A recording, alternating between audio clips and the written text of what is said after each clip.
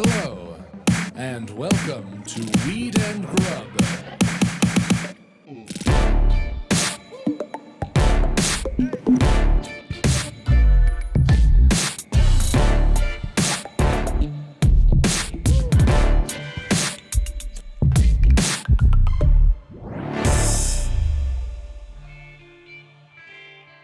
What up, Mary Jane? How's it going, Mike? It's going so good.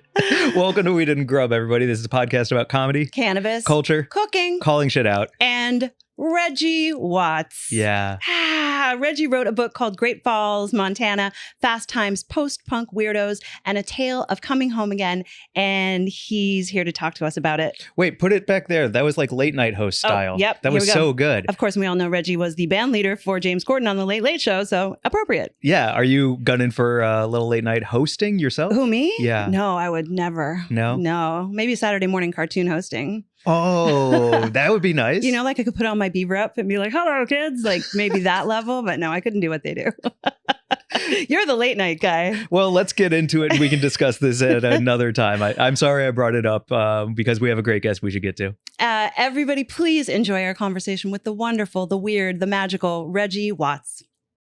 How did that even happen that there are two They Zooms? were before tech Zoom. I know. I know. Well, because I guess they're different things, right? It's like one's a hardware. But doesn't one always dominate? Like, isn't there one that works? It like that takes. Well, Zoom, the what do you call it? The web Telecommunications, telepresence, whatever thing. It's like that's the meeting app. That's definitely much more well known than Zoom, the recording devices. But I'm so surprised that they're able to coexist. Well, I mean, it shows you that there could be a resolution to Palestine and Israel. Exactly. I mean, that's how we wanted to start. That's a two-tech solution. That's exactly two-tech it. solution. Yeah, one tech solution. Reggie Watts, welcome to Weed and Grub. Thank you. Thank you for being here. I'm so excited to talk to you about a million things, but I don't know. We should start with your book. Yeah, let's Okay. not wait till the end to plug. Yeah. Let's get plugs out top. Ooh, It's I such like a good it. book. Yeah. Oh, thank you. Thank you very much. Yeah, Thank you. I listened to it and Mary Jane read it so we could have the full I love experience. that. And we were That's chatting nice. back and forth as that was going on. So we were like, Mike was like, I've just gotten to this place where this is happening. What's happening for you at that point as you're reading it? Yeah. And I'm hearing it. Yeah. And it was really neat to compare notes. Ah, that's so cool. It's a beautiful, beautiful book. Thank It you. was really moving, and I don't know, it touched a lot of different pieces of my life, and I felt like I recognized so much of my own DNA in it, but also then so much that I never knew about you. And I met you a long time ago, and I felt like there was a ton that I knew about you, and I just got to look into this huge, like a look at how you became you. Yeah. It was just like very abstract to have it out there finally because it's so long. You work on it, and then after you're done, then there's months and months and months go by, and then finally just that date happens, and then like, oh yeah, now it's out and people can get it. How does it feel? It feels good. I mean, I think people are enjoying it. I don't have any metrics about it at all right now, but in general, it seems to be good. The critical reviews seem to be pretty good. Mm-hmm. And I think that it's cool to have like some firsts, I guess. I don't know if it seems like maybe it's the first book to have QR codes. I wouldn't have thought that it would be, but apparently someone will be able to correct that. But a lot of people, bookstores will be like that we haven't seen that before. Yeah. And so I just thought it would be funny to have QR codes in a book. What? So in the audio version, there are no QR codes. So what are the QR codes in the written copy for? All the music that you hear. Oh, that's awesome. Yeah, all the music that's in there is all, and the commercial and the intermission commercial. And your acceptance call from Cornish. Oh yeah, yes, yeah. Oh my God, Fantastic. yes. Yeah, it was fun putting that together. Have you been hearing from friends who are in the book? Yeah. Some people. It's funny. My ex Paula McNeese from Seattle came to my show in Seattle, and I hadn't for this last book tour, and I haven't seen her in like 30 some years. And it was so crazy to like look, she was kind of not familiar for a microsecond, and then suddenly it hit, and I felt like I was like meeting like a superstar or something, like I felt like I was meeting like someone that I was a fan of for a long time. Never thought I would get to meet or something. It was a very interesting feeling that I hadn't felt before, but it was just so good to see her. It was great. So she came out of the woodwork, and so I've reconnected with a few people. Nice. It's been awesome. And she gave the ring back? No, that was a different girlfriend. Joanne was the one that took the ring. Although she'll probably read the book and go, "It's not right. I still don't have it. I don't know if I have it. Do I?" She's wearing it on one she's hand. like, "I don't have it. I melted it down, and I made a necklace." No, I don't know. I mean, I think one of my friends still keeps in touch with the Hyde sisters, but I don't know if I'll ever hear from them. Oh man, if you do, I want to know about it. Yeah, please. I will tell you. You'll be the first. You'll be the first to let First me know. call. Oh yeah, for sure. A big part of the book is about your competitive drama DNA, like how that. And I, one, didn't know that about you. Two, it makes the most sense. Mhm. And it was just such a, like, can you explain a little bit about how you entered into that scene, because you were sort of like trying different pieces or different personas on for a while in high school, and you tried a bunch of different things, and that just felt like the best fit for you? Well, I mean, it was good practice to try on all the dumb things that I would do in my bedroom by myself, but I could do it outwardly, in front of people.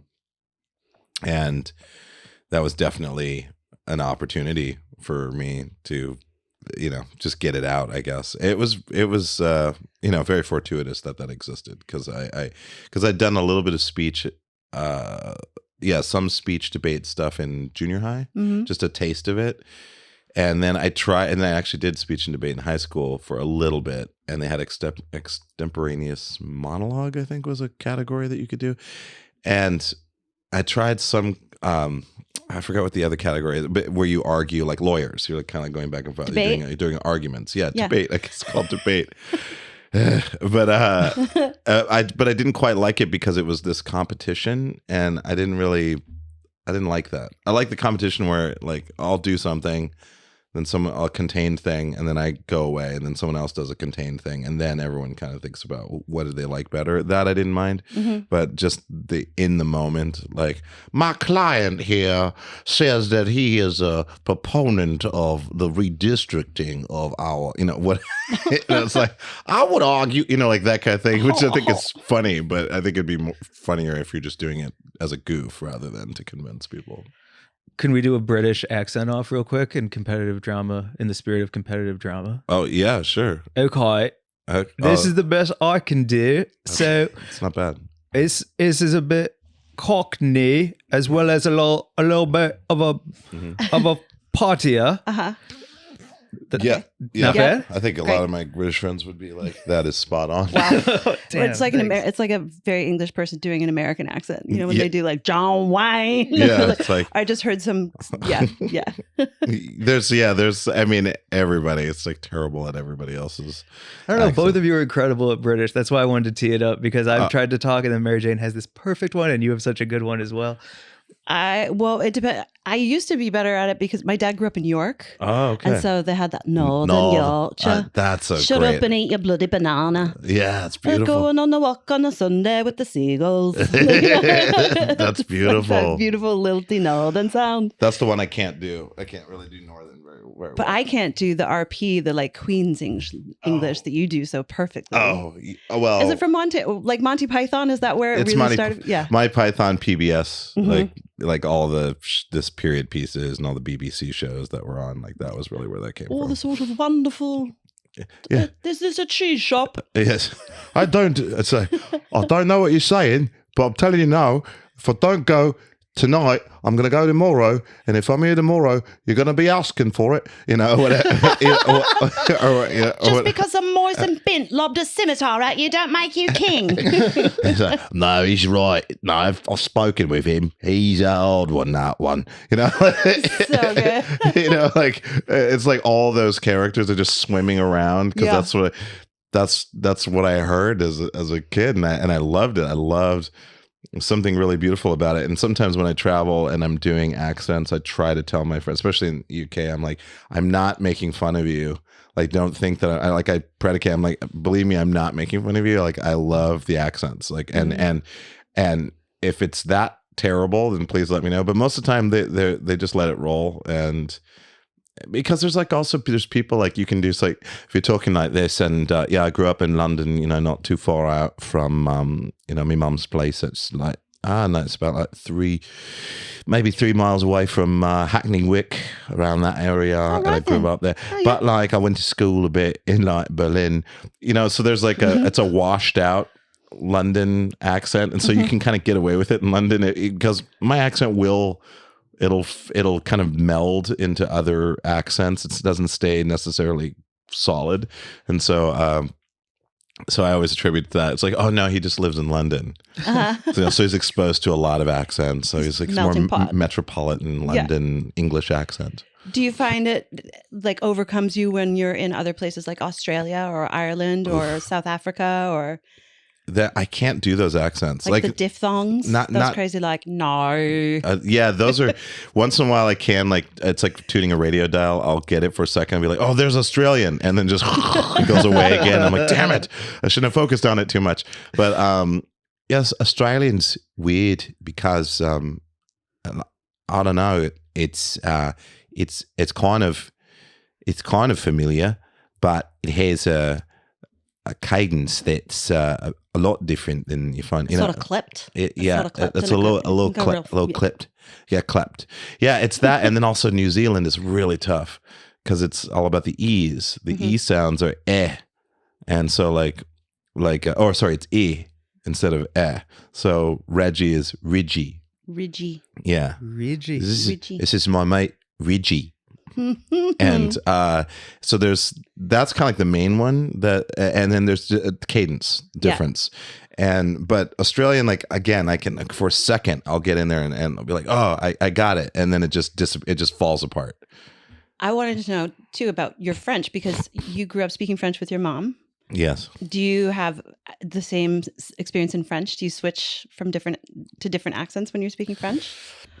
That's a good question. When you're in Montreal, do you like go to bang, bang, bang? Well, yeah, when I'm in Montréal, je parle comme ça. Les gens ici savent que je parle un petit peu français. Ouais, c'est comme ça, mais Mac. I mean, like if I do it that way, it's like it's kind of like a rougher. Like when I first heard it, and this is not to diss any of my Montreal friends, but when I first heard Québécoise, I thought it was someone who knew how to speak French really well, but just couldn't quite get the accent. They did their best, but they can speak like the grammar is right on, like they know French, but they didn't quite get there. And then little did you know that people don't know that is actually like an older form of French. Like, so it's actually more French than French in a way. I was just in Newfoundland because I grew up in St. John's, Newfoundland, and I was listening to Canadian radio, and it was so soothing to hear that Québécois French because c'est si clair, like it's so, I can understand it so well, but it's not as mellifluous as the French that I think you speak, right? Which is much more fluid and beautiful. It's more fluid and like, ah oui, bonjour, ça va faire, qu'est-ce qu'il y a avec toi aujourd'hui? Je peux parler quelque chose avec toi? Eh ben ici, hein, on va parler un petit peu.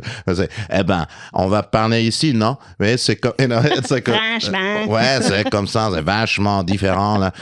Which I don't know. I like both of them. I think they're both great. Yeah. Whatever. I love language in general. That's why was growing up like listening and absorbing as many accents as possible. I mean, Montanan's a really weird one because there isn't really an accent that I can find. There's nothing about, I don't know. It's, even if you'd never been to Montana, you just fly in and listen to people talk. They could be from Wyoming. They could be from Idaho. They could be from North Dakota.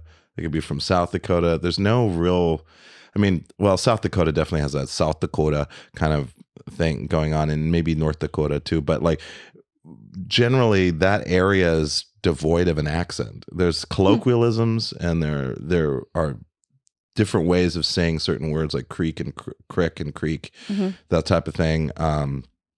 Pop and soda, but I don't know. I don't really hear it. I can't. Someone's like, do a Montana accent. I'm like, here's a Montana accent. Here it is. This is what it sounds Here like. it is.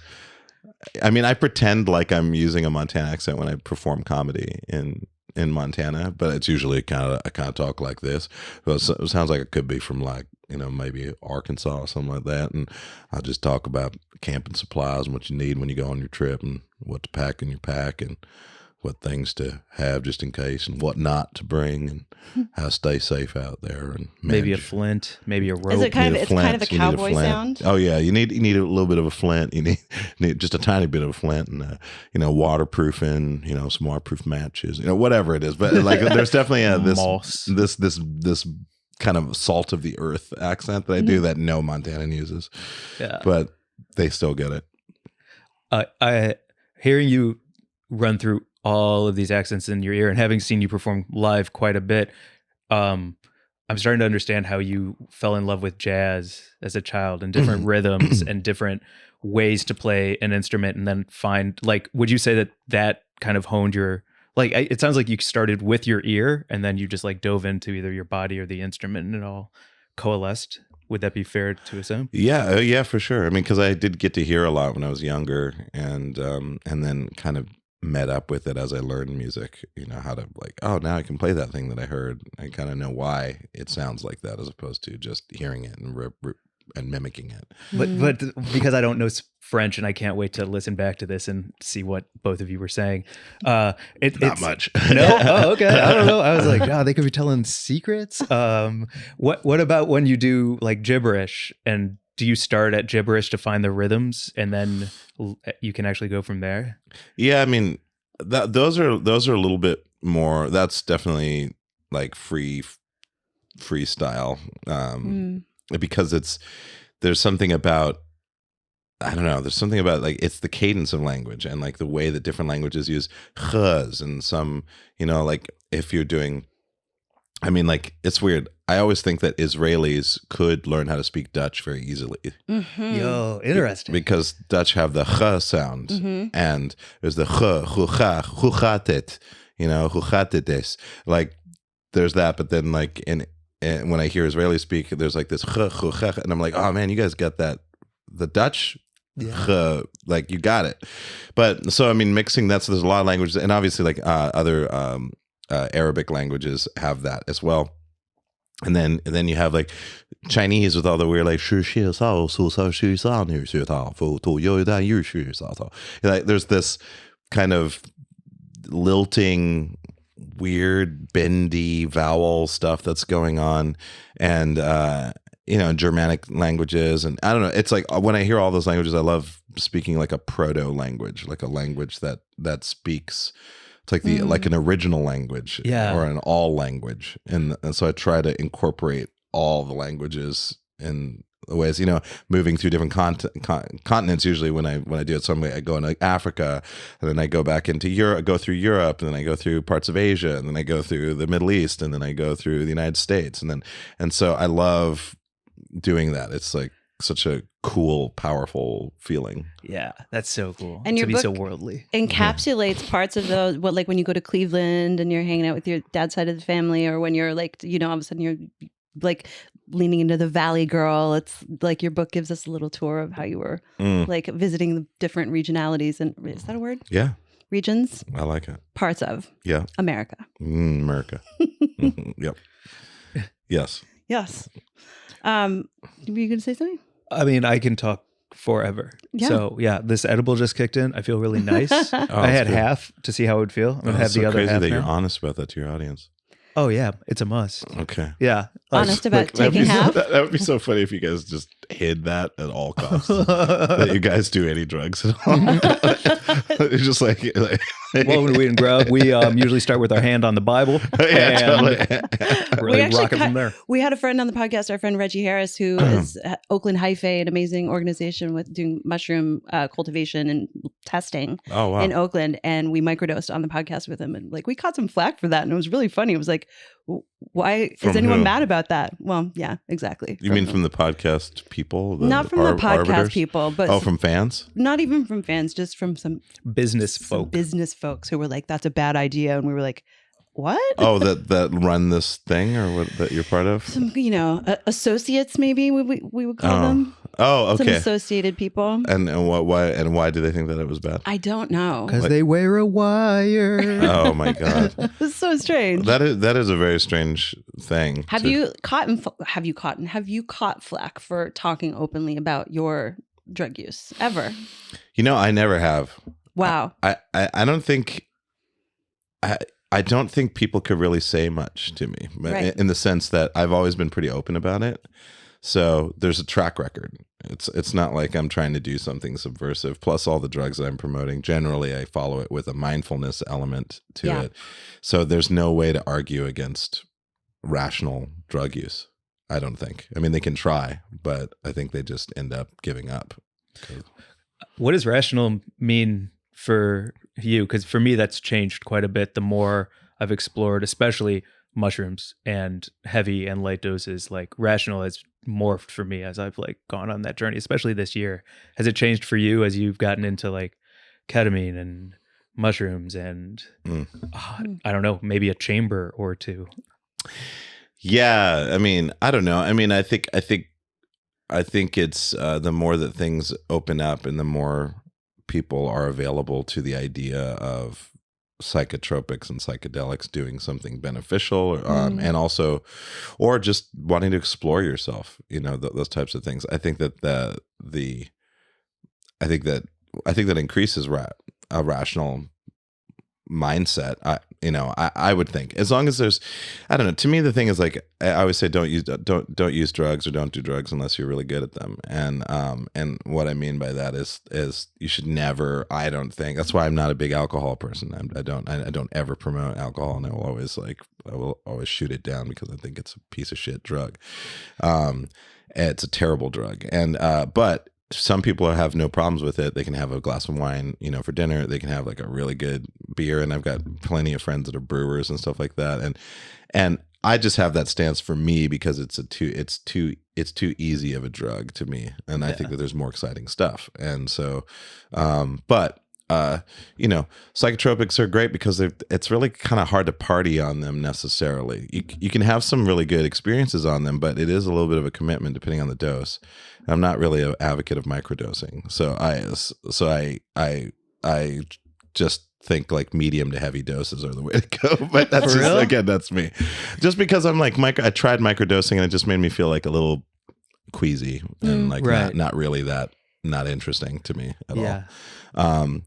But in general, like, yeah, most of the things that I do, I always just talk about it as a journey and what are you discovering on it? Like, what is the intent going in and what's the setting and who are you with? And, make sure that, where your source comes from and, know the source and those types of things. But it should be an adventure. It's either something that is helpful in a clinical setting that you work with a therapist with and you have like a multimodal approach to solving some issues and things like that, and traumas and forms of depression and those types of things, or it can be a tool of exploration that can be shared in a community of people who like-minded individuals that are interested in that as well. And so I think as long as there's mindfulness there, it kind of self-regulates in many ways.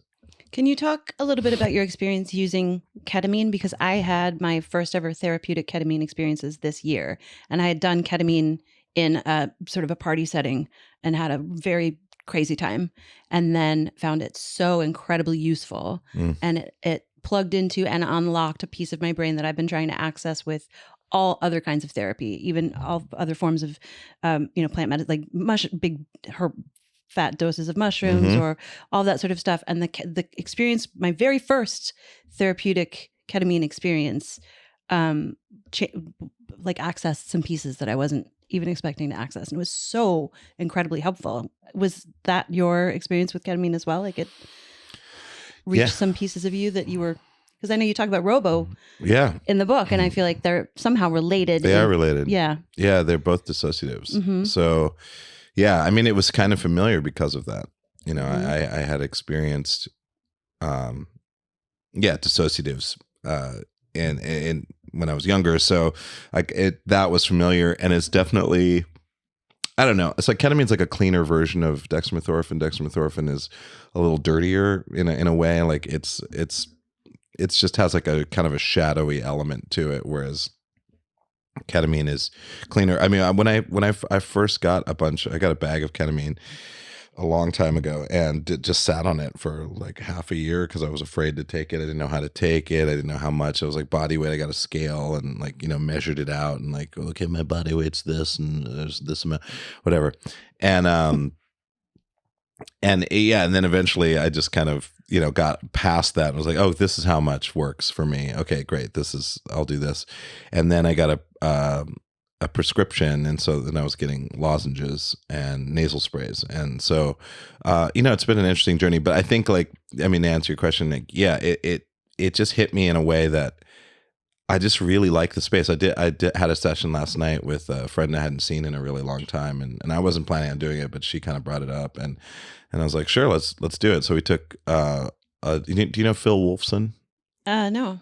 He was one of the co-author of the author of something called the Ketamine Papers. It came out in I think the 80s or something like that. And it's a paper just on the experience of ketamine, the effects of it and so forth. And it's pretty well regarded. And he has influenced some people into a certain formulation of ketamine lozenges. And so for the first time I tried to hit the lozenges because I got a prescription for it. Mm-hmm. How many, do you know how many 100 milligrams per lozenge. Great. And I have to say that it was definitely more. It was an R variant for sure because it was just body high.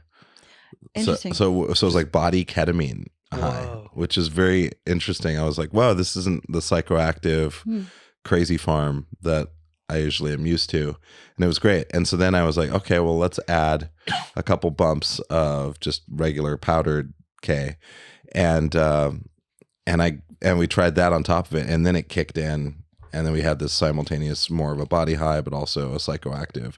And my friend was like, I don't think I've ever been this high. And it wasn't a K-hole, but it was close. It was like, you know, it wasn't that far away. And it was just an amazing feeling because she was like, I had never been this high. And then I thought that she's kind of a nervous person sometimes, so she might freak out, but she was like, I love this feeling. It's like K really works for me, in my mind. And we just have this conversation that for me, it's a space. It's not a state. It's a place. So you arrive at this very familiar, highly alien place where everything makes sense. Everything's interconnected. Everything makes sense. Everything's very goofy, and everything's it's non-emotional in general, which I really appreciate that. I think there's something much more fascinating about being in a non-emotional, hyper-connected state like that, or space like that. I don't know what it does. It just frees my mind, and it feels like, okay, now I can think like how I normally think, which is cartoon logic, you know, and everything makes sense. And, you know, and then I start stretching and, you know, working out and analyzing my body and saying like, oh yeah, this part like hurts and I need to work on this or whatever. You know, it's like you get this very totalitarian, if that's a good word, kind of relationship to your body and your mind. And for me, it works that way. It's like, obviously, you know, things affect people differently, but I've introduced a lot of people to ketamine, and generally the results have always been positive. And I just find it to be a very, very intriguing, fascinating experience. And I've stopped really doing mushrooms, and not that I'm like, I don't do mushrooms, but I just haven't looked for mushrooms or LSD because ketamine is so much more interesting to me. Also more efficient. Like, you know, you're done in an hour and a half. Yep. Oh, you know, that sounds real nice. Yeah. It's just like boom, and then it rolls off. And I've had a K session with friends, or with a friend, and we do the session, and like hour and 20 minutes later, I'm like, okay, now we have to go to this car thing for Audi or something like that. I'm like, okay, I'll just jump in my car and we drive to it. Nice. It totally felt fine. And so there's something about that that's really cool. Yeah, the thing that I really found was that it felt sort of cosmic in a way that, like, you know, psychedelics, that I love about psychedelics, like that interconnectedness and organic, but it did feel hyper alien to me, and my whole body disappeared. Yeah. And I was just pure consciousness. And that was the first experience that I'd ever had not having a body. And when I came back to my body, I felt safe in my body. And that was new too. And I was like, whoa. Wow. Yeah, it's right now. sensory deprivation tank without the tank. Oh, yeah. That's another way I describe ketamine. Yeah. For sure. That sounds beautiful. Insane. Also, I mean, I've experienced simultaneous realities overlaid on top of each other, like, and aware of both realities simultaneously, like real things, people having conversations outside of me whilst having like a crazy hallucinogenic experience inwardly, and being able to track both, but not switching between them, experiencing them simultaneously. Like a piece of paper folding together? Yes. No kidding. Yeah. Like that's happened on multiple occasions where you get into this like super brain territory where now I'm like hearing things that are very far away and hearing them very clearly. And I'm like hearing a conversation that's over here, but I'm also having a conversation or some experiential conversation with someone in front of me at the same time. And that stuff is so intriguing to me. I wonder what is happening when that's happening, because it's not imaginary. Because I've told people back what I heard them talking about, and they're like, "How did you even know that we were talking about that?" And I knew all the details. Do you think something like that is versions of you kind of flirting between realities, or do you think that like you're using 12% of your brain in that moment? Like, can you chalk it up to some kind of conclusion? Yeah, it's something like that. I mean, that's why I would love to, like, if you could wear an EEG or, you know, do an fMRI, somehow be able to do some kind of experiments about that, because it's either heightened awareness and just like faster processing, like you can process more data that's always around us, but we have to kind of be selective about that. Or it's doing something, it's temporarily amplifying all of our abilities in some way that it starts to cross over the way that we normally experience reality. Yeah. I don't know. And you're making me wonder if that's part of you being very good at doing it, because I feel like they're the people who aren't good at doing it, and they have that experience, and then they come back and they're fractured in some way. Yes, sure. There are people that can be traumatized by that. They're like, "Oh, I never want to do that again," or whatever. I get it, and I never would want to, push people, but I think that there are certain people that I can tell. I just know, like, they're going to be good at it. They're just going to be good at it because I can tell by the way that they think, the way that as long as they don't have a lot of fear. You can have a little bit of fear, but if someone's very, very fearful, they're not a good candidate unless they have to make the decision on their own, and they have to start very lightly and to work into it.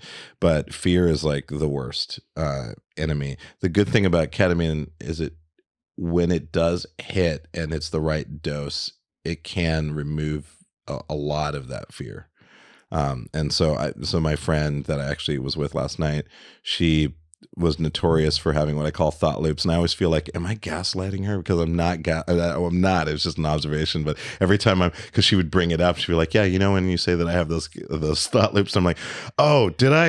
I'm just like, yeah, those thought loops, huh? About those thought loops. Hey, I'm like appearing under a sink. Oh, but a thought loop, you're not able to get the thing done. But there is like this, she was just very hesitant when she would make decisions. It's like an inchworm, arriving at a decision that she already knew the answer to, but I would see her like start, stop, that type of thing. And I saw firsthand the first time she did ketamine with me, she was finally like, okay, I'm ready to do this. Let's give it a try. Gave her a good dose and sat on the couch, and I saw in real time her being like, well, I'm not sure. I guess what I'm feeling is, I don't know. It's interesting. The way I'm feeling right now is just, it feels like I'm able to relax a little bit, and, I'm having a really good time. And, do you need some water? Like, hey, do you mind getting me some water? I'm like, oh, and then I waited a long time, and then I commented on it. And I said, you're not doing those start stops right now. And she's like, oh my God, I'm not. And that was very cool to see that. Because it's really an awareness. I think like anything ketamine gives you an awareness. It's an awareness tool. Now, all these drugs are awareness tools. Meditation is an awareness tool. Skydiving is an awareness tool. But like everything in life is an opportunity for gaining awareness. But I think ketamine is great because it does remove us from that emotional lizard brain Oh, yeah. part of it. And not to say that you might not feel anxiety, because if you're going into a K-hole especially, there might be a lot of anxiety because you're like, I'm gonna die, I'm losing my consciousness is gonna go. Oh, okay. Whoa, what is this? You know, that type of a thing. And then you're in this zone, you know, which happens with all kinds of DMT, you know, you name it. There are different versions of that, and psychedelics, heroic doses leading to ego death and so forth. But K has got like this kind of, sometimes can feel really dark and gray, like there's just this gray wall eating away at the frontiers of your consciousness, you know. That sounds important in a weird way. If you're gonna grow, yes, if you're gonna shake off the whatever you're carrying around, you yeah. know? Yeah. I very specifically had a moment where I was looking at something that just bothers me all the time in my life that happened to me truly 20 years ago. And I was in that sort of weird cosmic alien state. And something in me just said, you don't have to look at it. And I just looked in a different direction. And so the thing was still playing on loop. It's always going to play. That's just a thing that happened to me that is on a loop in my brain. But all of a sudden I wasn't looking at it anymore. And I was looking at a whole new landscape. And just massive. I'd never been able to do that with like 15 years of talk therapy. It's amazing. My therapist, my doctor who prescribes me, they would brag between each other. I was at this psychedelic conference, the MAPS conference last one, and her and my doctor and a couple other of her friends were like bragging to one another about how like, I cured my client's fear of blah blah blah in 2 sessions with ketamine, and I'm like, oh yeah, well I cured my whatever, my drug resistant depression, you know, client of like 4 years who'd been doing this, and you know, in 1 session or something like that. And you know, in a good way, not in a like we're doctors and we're like gods and type of thing, but just like in their true fascination with the experiences that they have treating their I guess clients, their patients. And so you know, there's something there. There's something where it just kind of, I think it's how I am in general, like in improvisation. Like, I don't believe that there's a rapid solution to most problems. Like, anytime people are like, it's complicated, we're not going to be able to figure it out, I just don't believe anybody. Like, wow. They're like, it's complicated, and because if it is that complicated, well, then let's not fucking do it.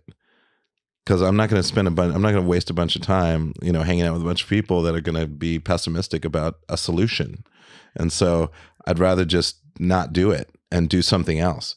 And so I think K has that immediacy that I enjoy, which is like, it's impossible, you can't do that. And it's like, but I'm holding it. It's right here. Like, what does everybody do? But we identify through process and difficulty, and it's like, yeah, well, I don't like, it's a waste of time. But I mean, no judgment. But you don't have time for it. You don't have time for it. Would you like to know how I did it? Oh no, you want to dwell in the, I don't know, huh? You're gonna want to dwell. I don't know. Stupid. But that's kind of the interesting thing when you're talking about like seeing a problem, you know, the loop. It's like, do you remember the movie Labyrinth? Oh, I loved it so much. One of my favorite scenes was that crazy drill that was coming down the tunnel, and when they like stepped into the whatever, like the cutout in the wall or whatever in the tunnel, and then it passes by them and it's just a bunch of fucking Muppets, like all working cranks and stuff, going, what the hell? Hey, that's not good enough, you got to go faster, or whatever. And I was like, that's what problems are like in K. It's like, you see the drill, and in your whole life is you're oppressed by this drill coming down this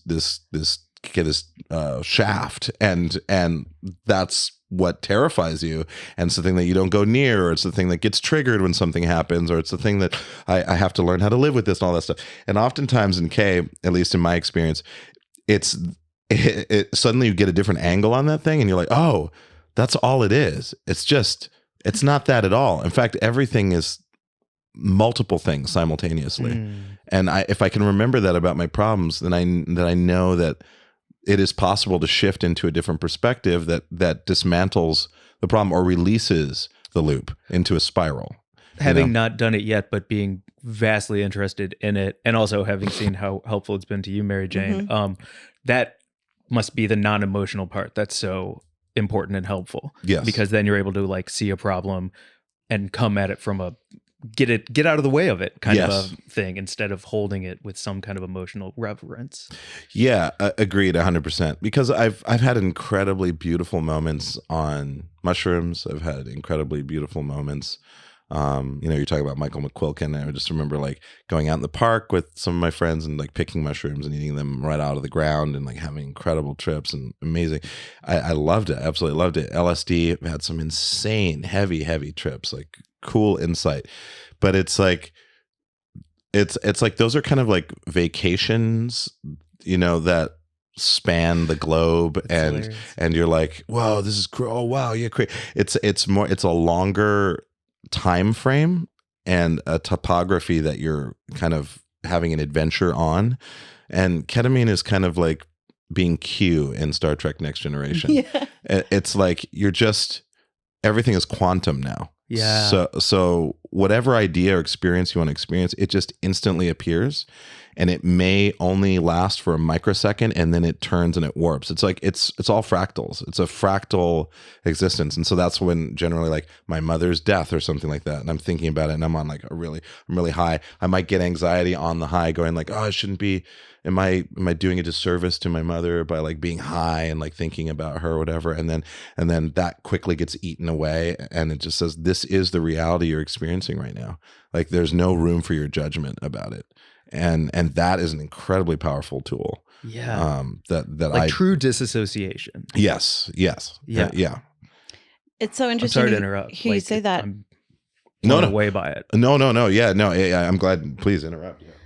Well, it's so interesting to hear you say that about thinking about your mom and about the sort of nature of grief and how that was one of the things that I felt a connection with ketamine. My sister died 2 years ago, and it was such a it helped me let go of the weird shame that I had around like having missed doing anything or being better or being there in a way that my failures or whatever it was. Like it's been such a big processing tool for that too.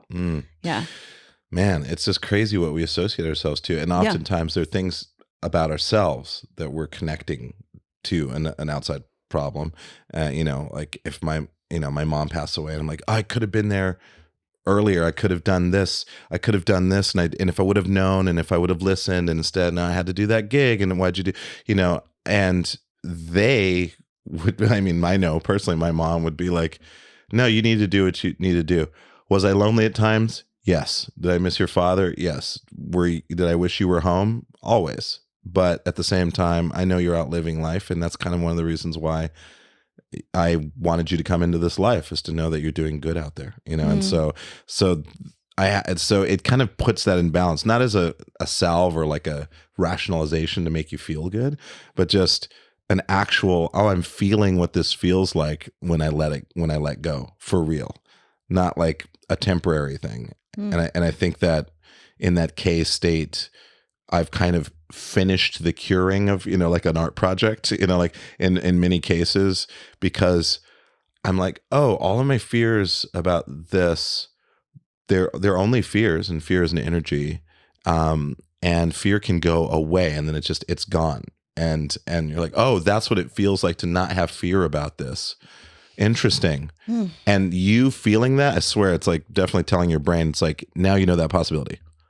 So when you come out of it, you're like, that possibility, and it might start to take hold. I'm not saying that it will absolutely, but for me, it definitely did. And I have a much a highly reduced version of some of the anxieties that I have, because I can kind of go back into that space a little bit. I wonder if you would have been able to write this book now, or that you've gone through that whole process. Like, was this a part of that process for you to let go, or were you like, I'm through this and now I feel like I'd like to put this down on paper and let it live forever? No, I think the book was more like, it was really an excuse to have the chance to maybe make a series or a film about my coming of age years. Cool. And the coming of age years, I wanted to have other people experience what it felt like for me to be in that time period, in that place. And so that was the impetus. Then doing it, in doing it, the whole process of doing it was definitely a mix of I was taking care of my mom, and so I was, going back every month to hang with my mom, and sometimes I'd have Zoom sessions with my ghostwriter from afar. One time the ghostwriter's father speaks French; he's half Lebanese, and so his father called and spoke French, and like had a conversation with my mom to get more information about her story for the book. So there was like the book was kind of like a processing thing along the way, and that's even me talking to other friends, and to talking to my friends in Montana and like corroborating stories and going, hey, do you remember that thing? And do you remember the thing? It's like, yeah. Oh no, it wasn't a blue car, it was a red car. Oh my God, yeah, that was Wandy's. That was Wandy's Fiesta. Oh shit, yeah, and I've got a picture. And it's like, oh yeah, there's that picture. Yeah, there's that thing I was talking about. So there was a lot of that remembering, and I wanted to capture that. And weirdly enough, like Robitussin was a huge part of it. It was a dissociative, and we had insane adventures on it, and insane dark experiences, light experiences. But it really, really pulled us together, and not as like, drugs aren't everything. It's like I try to tell people, like, and I get kind of want to release this justification or this clarification every time, because hopefully people just trust that why I'm talking about drugs it's not an escapism. It's a tool for understanding. It's to have a space within yourself or within a community that is a place reserved for yourselves. And obviously, again, with the qualifications or the equivocation, I should say, like you do through meditation and do yoga and like go swimming every day. Totally true. However, for us, we were in wheat fields. Yeah. And there was alcohol, which I wasn't really that into. And my friends, they drank, but no one was really a heavy drinker that I remember. Everyone loved weed. Everyone loved Robo. We were huffing Freon at one time, which is basically the same as nitrous, so heavier than air gas. So, we had those things. We had weed, and then once in a while we'd get acid that would come through there. But drugs were the things that we looked forward to, psychedelics that gave us a sense of adventure, to be in a space of our own, in our own culture. And so I think that happens in multiple cultures, around tribal cultures all around the planet for hundreds of thousands of years that we've been around on the planet. I think. So for me, I felt lucky that I had a modern, whatever, like over-the-counter pharmaceutical version of like our tribal experience. But talk to any of my friends today, and they're incredible human beings. Like they're incredible. And they're all like rough hand working class contractors and carpenters and engravers and bicycle repair technicians teaching kids. Like they're just very like, I'm salt of the earth, I'm doing my stuff. And you talk to them and they're just like so incredibly enlightened. And it's so I don't know, something really exciting about all of that, revisiting that and having that churn back up while I was doing the book was insane. Yeah. And in the book, you include so many photos, and we get to see pictures of you and your friends and your family, and it's so awesome. And also to read about like how that particular time, when I was saying like so much of what you experienced was what I recognized growing up as a latchkey kid in Newfoundland, around the punk scene. When I would come home and my babysitters were Three's Company and Carol Burnett, and then I would go down to the games arcade and my friends were listening and you talk about Fugazi and like Minor Threat and all of that. And I was like, that was in Newfoundland, this sort of like weird, far-flung, remote Atlantic rock, windswept rock at the same time was happening with the same elements, a similar sort of forging. And I just thought that was so, like, we're totally different, and there was nothing shared about our experiences, and yet so much of it I recognized. And I was like, and those musicians and artists in Newfoundland who stayed in Newfoundland are just like the most incredible people. And that survivor mentality. Yeah, totally. Yeah, that's totally what it is. I swear that is kind of what it is. Because you're like, I don't know, none of our friends, this is the insane thing, maybe I say it in the book, but we should have died. Like there were several occasions where we should have died. There's that story in the book. I won't ruin the ending, but you're driving and robo tripping.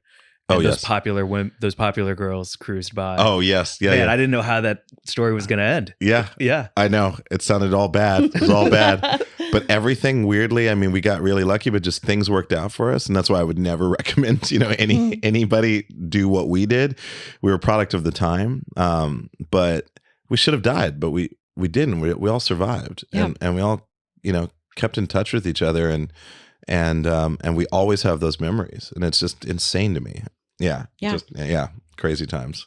You made it out, and then you ended up in Seattle, and that's where your music career, like you went from like full force into jazz, and you went to. I didn't know you went to Cornish. Yeah, I went to Cornish. Amazing. And You then, didn't know that? I didn't know that. The first okay. time I ever saw you perform, you were with Mock-Tube at some underground warehouse party in the Soto district at like 2 a.m. And Oh. it was right before you moved to New York. It was probably like 2002. Oh, okay. Crazy. 2001 or 2002. Right. They might have been the Monkey Loft. Yeah, Yeah, maybe so. I think so.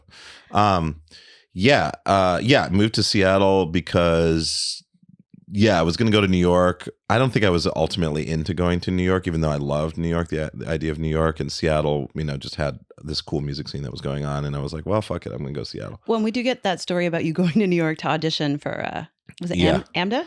AMDA, yeah. Wow. Yeah, I know. What a different world we would live in if you had gone to AMDA. Oh my God.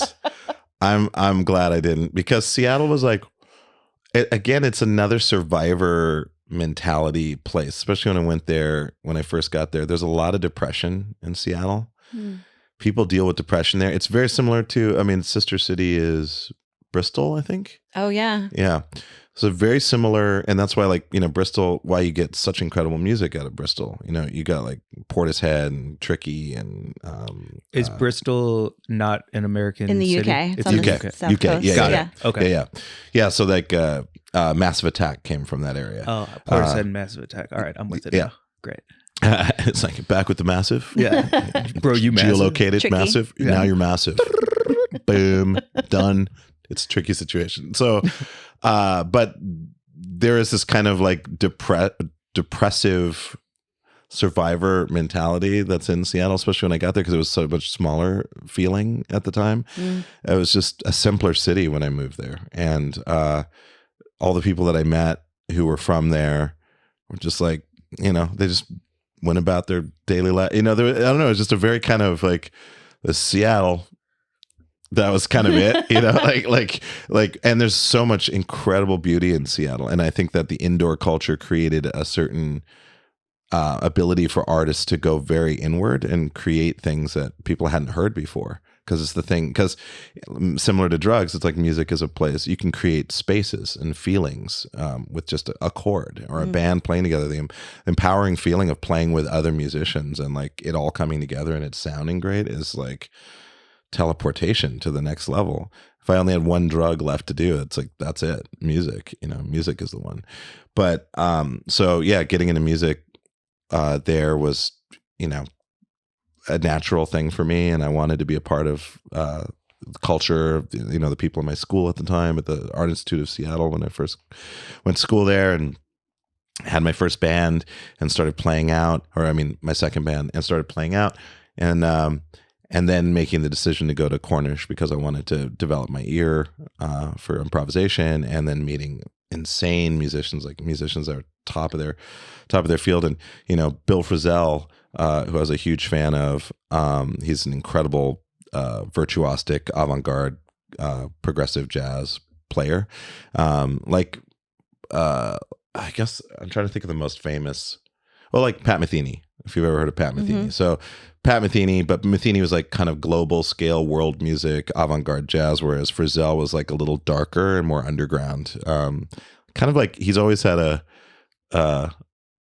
what's his name from Robert Smith. He's kind of like got like From a The Robert Cure? Smith vibe to him. So he's like a Robert Smith of guitar playing, kind of. Okay. Anyways, saw him in the airport the other day, and I told him I had a book, and I gave him my copy of the book, and I have a picture with him. I haven't posted it yet, but like it was like this full circle thing. But so when I went to Cornish, Bill Frisell would play, and you're like, holy shit, Bill Frisell plays with Joey Barron, Brigand Krause, which was he was like the legend, saxophone legend at the school at that time, would go to New York and play at the Knitting Factory in its original location with Bill Frisell Trio and Wow. or Mark Rebo. These like heavy musicians, like McLaughlin level, Shakti, whatever, the highest versions of music you've heard, fusion from the 70s. Oh, it's 420. from the 70s and 80s, like these were next level generations of this music. And so being involved in that, the enlightenment factor of music and knowing that, oh, I can hang with these people. I can, because I remember the first, and I think it might be in the book, but when Jeff Harper, a double bass player who went to Cornish, there was like a truly illegal, I guess, speakeasy in Seattle, and old bus depot only lasted for about 4 or 5 months. It was created by this guy Justin Desmangles, and he was like a jazz savant, knew everything about jazz. His father was a jazz musician, and he was a DJ. So he would DJ in the back, this dark area, because they had to rig in the electrical, because they had to like activate the electrical, like run a cord out the window. Yeah, exactly, that type of thing. So all the electrical for the whole place was just like rigged, and there was actually a sliding thing for the door. So when you knocked on it, like someone, and you'd have to say the password or whatever, and they'd be like, "All right, man," you come in, and there's like people coloring like with huge pieces of butcher paper over all the tables, where it's kind of like a little cafe area. And then in the corner, there was the musicians would set up and they would play music, and so I'd sit in on all these jam sessions. And I remember Avon Kang saying, like, do you want to play my violin? And Avon now, I think, is like the head of some department in one of the music schools here in California, USC or Caltech. It might be Caltech. But he's like a badass. He was always a badass, but he's a violist and violinist, and also plays erhu, and he's this amazing, brilliant, genius composer. And he was a legend in the school. And I remember him going like, hey, do you want to play my I think it was my violin. He had a violin at the time. So you want to play violin? So sure. I played a little bit of violin, nothing crazy at all, but I was just jamming or whatever. And I think Jeff was just watching me the whole time from his perch. He was classic, like 6'4", and also plays double bass. It's like, you are your instrument. But he just looked at me and he goes, "You're one of those." And I knew that I was in. Like that's all it took. I was like, oh shit. Yeah. These guys, they accepted me, and my friend Tim Young, who I hired to be on the Late Late Show band, Tim was like one of those gods from my school that I was completely in awe of, because he could do anything with a guitar. There's nothing that this guy did not understand. And we had, at that time that I went to Cornish, that was the class ahead of me. That was all those guys. So you had like, I'm trying to think. Jay Clayton was a teacher there, and she's like a genius vocalist that I got to train under. Beth Winters, who was another like badass, kind of more traditional jazz singer, had great vocal techniques, stuff like that to teach us. That was great. But I was just surrounded by such great musicianship, like of my fellow students and of the faculty, that like supercharged my existence in Seattle. It's so amazing. And you did so much as a musician in Seattle. And like you were there for like 12 years? 12 years. Yeah? Yeah, we have got the Top cover. dog. Top dog. Seattle Weekly. You were on the cover Reggie of Watts, Seattle top Weekly. dog. Amazing. I mean, you dominated the city with your music. It was, dominated the city. That sounds like dominated. aggressive. It is mine. Yeah, you won the city, man. Yeah. Very aggressive. All your Seattle is mine. Bainbridge, I'm coming for you next. Vashon. Watch out, Orcus. Well, you too could be. Would be. Yeah, I mean, it was like, I think what ended up happening, and why myself and a bunch of musicians kind of infiltrated the scene there, is because the grunge bubble imploded. Yeah. That it was huge. It like was insane. And then Kurt shot himself in the head, and that fucking ended it. Yeah. Basically. Yeah. Groups still continued on and were insanely amazing and incredibly powerful and very popular, of course. But the fervor and the excitement for who's next out of Seattle, none of the labels and all of their satellite setups, because they just instantly made offices inside of the city, they couldn't find anybody else. There just wasn't, and because they oversaturated. So it got like way oversaturated by all these people, like, gold rush vibes. Sure. And then it got oversaturated. There wasn't enough room. The legacy bands were already kicking ass, but there was no room. And then the labels weren't getting the yields that they wanted, so they pulled out. And then they just kind of left Seattle empty. in many ways. And when that happened, we took advantage of the vacuum and we replaced it with improvisational music, but not in like the jam band way, but in a more of a kind of a structured improvisational setting, and also performance art and sketch comedy. And so there was a lot of room to fill the city back up with some stuff. And so that's what we did. Wow. Did you find a crossover between the people who were into grunge and the people who would come check you out, or did you build a whole new audience of people who wanted to come see something completely different? I think like most of the music stuff that I did was mostly like jam bandy kind of oriented mindset. Yeah. They come to all the nights. And I mean, and there was definitely like, it tied into the Black community, hip hop community. We worked a lot with Just Siri, which was a label at the time that had a lot of hip hop artists on them. And there were some local legends, and they were connected to other local legends like Dan the Automator and people like that. And so there was some cool stuff that would pervade through there. Or Erykah Badu would come through, and like some of her musicians would jam with us at night, you know. So there was a little bit of a Philadelphia vibe scene that was happening in Philadelphia mid-90s with the neo soul movement, like with Erykah Badu. Well, she wasn't from Philly, but she's from Dallas. But like who am I thinking of? Jill Scott, The Roots. There's a ton of people I'm going to forget, but there was like this scene that was there, and then you had like trip hop and these associated Black music forms that were were informed by the pervasiveness of electronic music, and then a new round of music labels hoping that they strike gold with something called electronica. Mm-hmm. So there was a lot of money still, and people were experimenting, but you were getting these kind of grassroots, more like just great musicianship, soulful hip hop, laid back grooves. And so some of our nights, a lot of our nights were that. It was just, that was the feel. So we had a crossover. It was kind of like, I think at its height, you had a good crossover from the hip hop community, the jam band community. Everybody was there. Breakers were there. Contemporary dancers were there. Because I was friends with the contemporary dance scene at the time. So my whole goal was to bring as many badass people together on functions, and that's why I still like value being. I have to like a hardcore band. It's a huge honor for me to have a hardcore band appreciate me. Mm-hmm. Like if they're like, "I love what you do, man. That was fucking sick." If I hear that from them, I'm like, "Oh, okay, good," because those are the hardest people, because their bullshit detectors are really, really sensitive. Yeah, like if Slipknot was like, "Yo, that was awesome." Oh yeah. Well, even better if Meshuggah. Oh, there it is. It's just like, "Yes, we like your grooves," whatever. I'd just be like, "Oh, what?"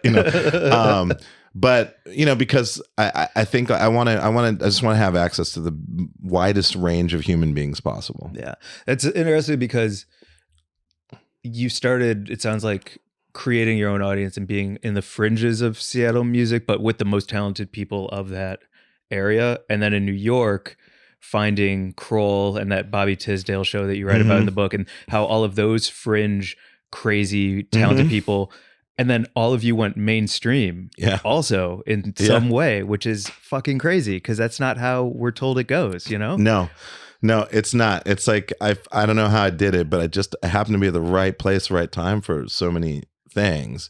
And I think, and because I got there when it was small, and then it expanded. So if you're there when it's small, when it's tiny, it's a very sincere place. It's special, and you're addicted to the community, and you're there for all the events, as there's not that many. Yeah. And so you're there for each other, and you're getting to know each other, and they're starting to get excited by this person that they saw on stage. They got excited by this person that's on stage. And then, David Cross came through and did a set and did 10 minutes on this. It was insane. Did you see that? Oh my God. Oh great. Yeah. Sarah Silverman came through. Like, what? Sarah Silverman was there? Yeah. She didn't go up, but she was hanging out in the audience. Oh my God. Do you think she saw me? Like those like little tiny clubhouse experiences. Yeah. And then watching it just bloom and blossom, and then the same thing when the industry's coming in and going, "We'll give you money for viral videos." Can you make some viral videos for us? Like, oh, we'll try TBS. Sure. I remember like those days of the Story Pirates, which is like an amazing collective, and you were playing with them, and I would come and see you guys, and our friend Chris Ferry was one of the Story Pirates. Right. And Kristen Shaw. I was going to say Kristen Shaw. And I'm like, of course, now it's so amazing to think back to that time and to the fact that like, I was in Edinburgh in 2006 doing a show and you were, Sparkle or Still. And like that particular summer of 2006 in Edinburgh was, I think about so much because it was such a cool time to just fully be an actor at that incredible festival with some of my favorite people like Ferry Christmaster. Totally. Of Chris course. Ferry, who's so fantastic. And then you were there and I could come see your show for free and I had no money. Yeah. So I just came to see your show all the time. I was there, however you were doing it 28 nights in a row or whatever. Yeah. And then, like Michael McQuilkin was like, do you want to make a dumb video about blowjobs? And we were like, sure. Like, let's climb Arthur's seat and do some Molly and then make a video about blowjob, whatever it was. It's just like a very fun sort of like, that before it got big time. Yeah. Is my memory of that, watching all of you and being a part of it in a way. Oh, 100%. Yeah. I mean, that's the feeling that has to be there. It has to be kind of this community. Like we've got this extra time. So let's just fucking do shit. Yeah. For real. Oh, got an idea. Yeah. Come over. Can you do it tonight? Yeah. I'll just come over in a couple hours, and that immediacy of like, and the willingness to create with one another. Whereas now it's much harder, with those friends that I came up with, that we were just talking about, or like Kumail Nanjiani or whatever. It's like, I can definitely get them for something, probably, depending on what it is. I could, but it's going to take time, and they've got families, they've got whatever, and they've got these crazy schedules. So generally I hang out with most of like younger artists because we can still do that. Just make stuff. Just make stuff. And so I end up hanging out with them because also they're the next generation. So it's like nice to hang with them and like get their vibes and where they're coming from and what are the challenges that they have in their lives. And I think it's intergenerational community. Friendship is like very, very important, especially in comedy and so forth. So people need to know that there's people that are ahead of them, or at least, in exposure experience, that are looking out for them and care for them. Yep. Yo, that makes me want to talk about technology a bit because like as a comedian who is constantly being told, you got to do more reels, you got to put things out there, you got to make things with friends. But then I ask friends to make things and they're like, yeah, but if it's not perfect, we can't put it out because there can be up to 8.7 billion eyeballs on your thing or whatever we're at population wise. But at the same time, we're in this incredible time where you can make anything and robots can even help you make them. And so like how would you as a 20-year-old approach right now? Would you just make shit and put it out, or how would it go? I mean, I think that's what would be the game plan. It's like just make that doesn't change, it just means that you have more options, which sometimes can be good, sometimes not so good too.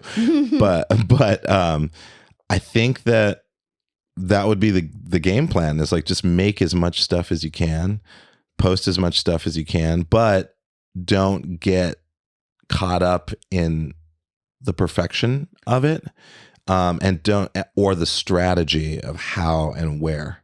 Like, unless you have a natural savvy, like some people are just, they hook into, I know how to leverage this, and they just know that, and that's running in the background. That has nothing to do with their creative process, and that's a really lucky ability to have that. Or they're people who are innovating before people think of other things that they're about to do, but it just came to them naturally. That's one thing, but I think sometimes people can get overly concerned about, oh, is this the right time to post it? Is this how will this boost my algorithm? Blah, blah, blah. That kind of thing. Like that stuff sucks. Like, you don't need that shit. Just like the most important thing is to make what you want to make and release it, and don't worry about it being too perfect, because I was trying to remind people, you have hundreds more things to do. You're going to be making so many more pieces of art, and this is just one along the way. And so just get it out and continue forward. Just keep moving on, but you'll amass a track record of what you think is funny and what's dumb and what's whatever. And that's where it's fun. So people like to experience people having fun. Yes, You know? so much. Fuck Mike yes. has a viral reel, I don't know, 5 million views or something, where you're Yeah. just enjoying a rock in Alaska. Oh, it's a isn't it? perfect rock, Like, Reggie. What a great rock. It's an incredible That's rock. Perfectly smooth, circular, nice to the Oh. touch. Yeah. very It was sweet. on an Alaskan beach. And it Right, just right weight, right size. Such nice heft. Yeah. Absolutely. Just Yeah. with the Alaskan sun, you Oh. know? I mean, come on. Yeah. Yeah. So nice. I mean, that People is are like- absolutely proof. That is 100% proof. I mean, that translates from the screen, from your description of it and like how it looks and your angle on it, like, and your thoughts on it. Yeah. I mean, we're triggered by that. We enjoy simplicity. There's something comforting and something simple when you see people being stupid and having a good time together. You recognize that that's something that makes you feel good. And I think like if you plan stuff a little bit too much, it can come off as it's good, but it's kind of clever. It's It's a little disingenuous, right? a little, yeah, a little. And authenticity translates always. Yes. There's no substitute for sincerity. But you're excited about robots? You're one of the only people that makes me not terrified about AI. True, straight up. You are the only one I think that I can listen to talk about AI and not feel like the cold coil of fear Oh, in my belly. yeah. I just think about how crazy it all looks and seems. Yeah. That it can help us, that it's good for us, that we're all going to be okay, Uh-huh. that we can use AI to curate our lives in a helpful way. Yeah. Yeah. Yeah. I mean, yes. I mean, I tend to be positive I've always had a pretty positive relationship with technology. So this is another technology. So that continues that trend. And also I don't believe people when they're fearful. Yeah. I tend to. So I'm a little antithetical that way. I'm not like I think I'm relatively rational about it. I'm not just being anti to be anti. That's definitely the first thing, but I'm just, someone's like, yeah, but it could totally ruin, and just, the AGI could ruin our lives. And I'm like, either way, whether it's an amazing tool or whether it fucks up everything, those are both good. That's fucking interesting. Those are both good outcomes. Right. We ain't in a great spot right now. No, like where else are we going? Are we going to add more of this, whatever this is going on right now? We're going to do more of that and just keep going in that direction. Like, cause I don't see people getting happier necessarily. I don't see it. So something has to change. Yeah, it does feel like we're treading, but we're getting tired of treading water a bit. Totally. Yeah, we're see it definitely. We're starting to drown. What a beautiful.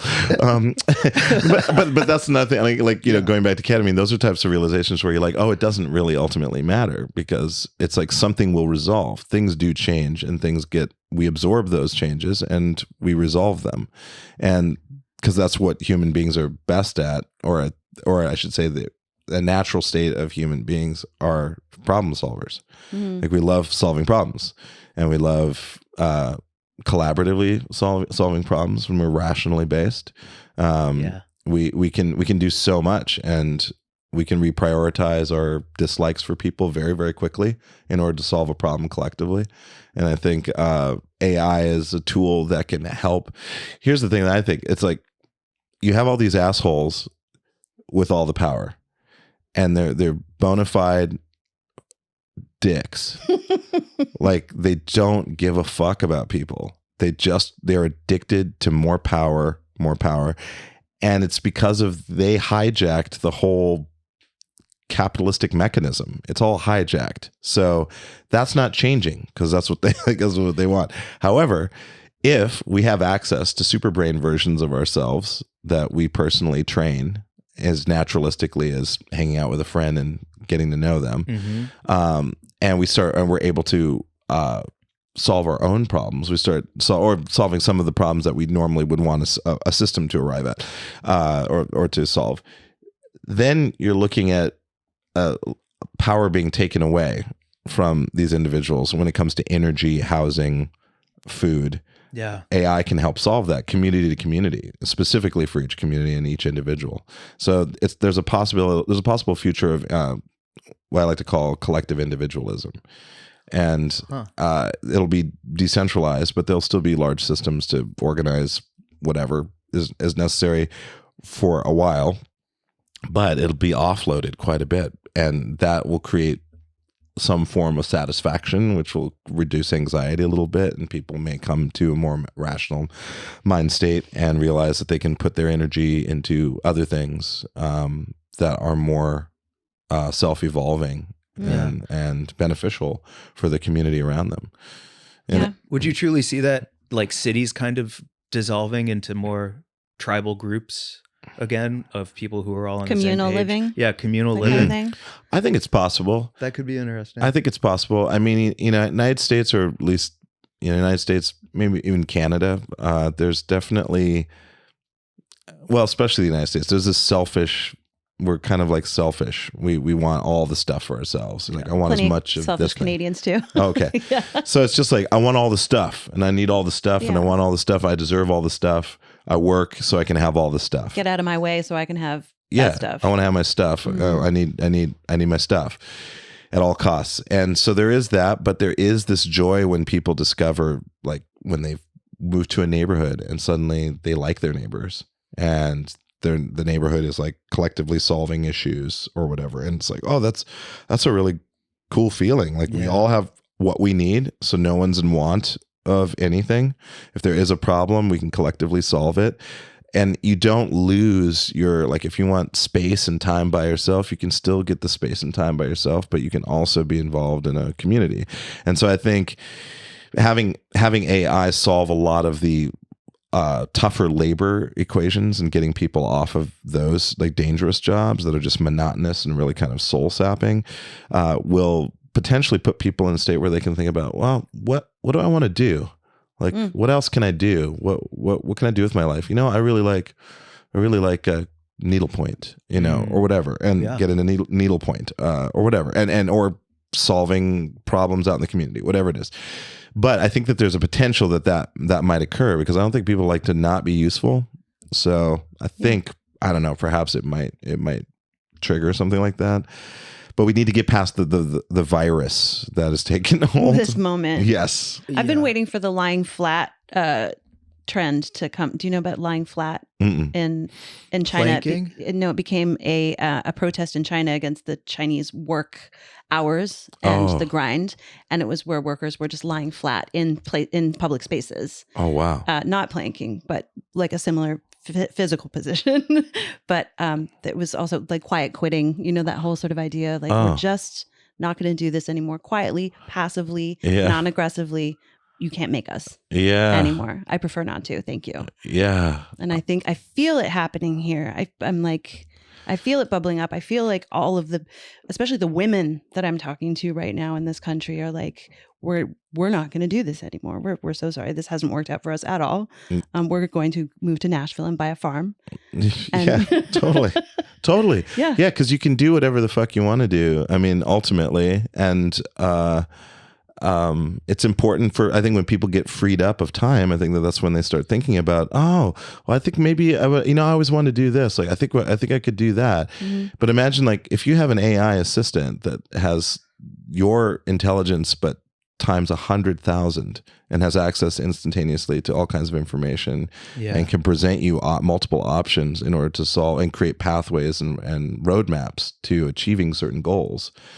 And you're constantly evolving that relationship. I mean, I don't know. It's like, I'm like, well, good luck trying to hold people down through this, because it's not efficient. An AI wouldn't look at our current system and say it's efficient. It's terrible. Yeah. An AI would be like, all of the resources are not distributed properly. It's only benefiting this tiny percentage of the population. Yeah. Yeah. And all the violence is perpetrated by a small amount of people across the planet. And they're all just a bunch of, basically like snakes. They're just like a well, snakes are cool, but they're like a bunch of mosquitoes. No, dang, I love mosquitoes. Damn it. Okay, well, maybe they're like mitochondria. No, but I mean, it's like they all have similar. They're driven by the same thing, but they would kill each other in an instant. Yeah, just like a pit of vipers or whatever that term is. So it's any AI is going to look at that and be like, what the hell are you guys doing? Yeah, rabid shit weasels. Stop. You have yes, especially those, the worst. Hate them. Rabies and weasel And poop. No, yeah, that's gross. That's like the maximum gross. It's not going to end well at all. And it's going to happen over time, which is even more frightening. And they're just going to get bigger. And they're going to get bigger. No, it's just like, and it looks at a system like that. It's like nothing is distributed properly. You're not investing in populations, and that's a huge amount of brain trust. And you're wasting your brain trust on letting all these people barely survive, and they're in a survival mode. And then, like in our cultures, it's like, well, you can buy more stuff, and you can fill up your life with buying a ton of stuff, and that makes up for it. That's why you work, you get to buy a bunch of stuff, and you get to drink some beers and go to some football games. After 9/11, man. Yeah. Bush was like, get out there and start buying stuff, everyone. That's the solution. Yeah. It was crazy. I know. And it's true. And how can that be a great, I mean, what's the great solution in that? There's no upward mobility. There's no enlightenment. There's no evolution in that. It's just a temporary. Back to fear. Yeah, it's back to fear. Mm-hmm. And, and people are afraid of like not having a roof over their head, all this stuff, and people are living without those things. So, but there's no shortage of supplies. We have all the water, we have all the food. It can go to everybody. We could be solving some pretty incredible problems. Unlimited energy is potentially right around the corner with fusion. And as AI becomes more used for projects like that, we may see more rapid escalation of technologies. New hypersonic engines that use a third the fuel. Bigger magnets. Yeah, bigger magnets. Yeah, bigger magnets. No dependency on rare earth metals anymore. Now battery chemistries are made of very plentiful materials all over the planet. Yep. There's like so many solutions that AI could figure out because it is not emotionally biased. Yeah. That makes me feel so much better. It really does. Yeah. Yeah, because coming at it from a place of our rulers seem to just be moving ahead, and they're like, best of luck to the rest of the world. And things are getting feels worse. Bad. Yeah. But thinking of it as like embracing it and using it, wield your own sword from it. Yeah. Totally. I mean, I think in the end, everyone just wants to have a good time. And if you can change people's minds by giving them more access to the free spirited aspect of themselves, which is their true self.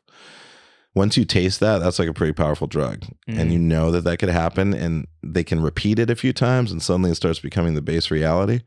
Then there's less room and less tolerance for people who are negative and who are fear-based and they're just too lazy to figure their shit out. So they're just going to project on everybody else. People are like, what are you doing? I see exactly what you're doing. Go work on your shit. Yeah. Or get the fuck out of here. Yeah. And it's like, you're welcome back anytime, but we're not doing that shit. This is not, it's not going to work here. Yeah. Wow. So figure it out. And get rid of the hesitation loops. Oh yeah, my God, the hesitation loops. You got to practice first impulse. Just think of it, do it. Strong and sometimes wrong, but that's okay. Because that's okay. That's equally as good as failure right. is just as valuable as success. So important. We are at exactly 1:20. Oh, great. Let's wrap. Cool. Let's wrap it. This has been such an incredible time. Thank you so much. Wait, I have one question. Oh, Jesus, I'm sorry. Mike. I'm sorry. I have to. Go. Yeah. What? All right. It's if I don't have another opportunity. I just had a false start because of you. No, it's my bad. I'm high. I'm having a great time. I like talking and connecting. Like it felt good in this episode too. As we kept talking, the veils kept like dropping, and we all got more connected. It was really nice. Definitely. Yeah. Such a good feeling. 100%. All right, I'll leave it at that. That's a better one. Oh, Go ahead, okay. Mary Jane. All right. I was just going to say, can you please tell everyone where they can get your book and what you're doing next, or if you have anything that you want people to look out for? Because I know you've got so much happening. Yeah, the book can be gotten at I would suggest local bookstores first. You can order them. Some local bookstores will mail them to you too, but it's good to use local bookstores. If not that, you can order it on Amazon, and it's on Audible. That's what I checked out. It's great. I did an Audible. I called an Audible. I think that's it. And then wherever books are sold ultimately. But and are you still on the road promoting it, or do you have shows coming up? I did my last thing like 3 nights ago at Romans. I think that was the last thing. I think I'm going to continue to do some press events along the way, but the tour is over. So we'll see. Hopefully it does well. I don't know. I just want to sell over 300 copies. Over 300 copies. Let's Okay. get there, We're, and then we're on the way. and then hit the screens with it. I can't wait. Yes. Thank you so much for coming on our podcast. It's just an absolute pleasure to talk to you about everything. And when you have your next installments of the Seattle book, the New York book, or anything else that you have going on, please come back. Oh, for sure. And I'll be calling you for stories. So Yeah. Also, I actually had a picture. Do you remember this? radio play. Yeah. The best. That was a good summer. That was a good time. That was so good. Radio play was Havilah and awesome. Beth and Jen Rondeau. Yeah, that's right. Is this where you did 10 minutes for the first time? I did the Fatal Attraction in 10 minutes piece as a part of this radio play that was all sort of in darkness, as Reggie was the maestro. And then like these amazing actors, Havilah and Beth, would come on and do sketches basically with Joel and Marshall, right? Yes. Marshall that's McLuhan. Right. Yes, that's right. Yeah. And it was directed by Tommy. Kip. Oh, Kip. Yeah. So Tommy was in it though. Yes, or he worked on the script. He worked on the scripts. That's what it was. Oh, that's right. It was Kip Fagan. Yeah, that's right. Yeah, that's right. Damn. Okay. It was such a fun. And the last piece that happened in PS 122. That's right. On the main stage. We were the very last production. We there. saw it out. And I remember, I'll never forget, you gave me a dropper full of a weed tincture one night in the East Village, and I rode my bike home through the rain back to that place I had in Chelsea with Scott. And I felt like I was flying. Oh my God. I've never forgotten that. Oh, that's best bike ride of my life, thanks to your weed tincture. Oh, yes. weed.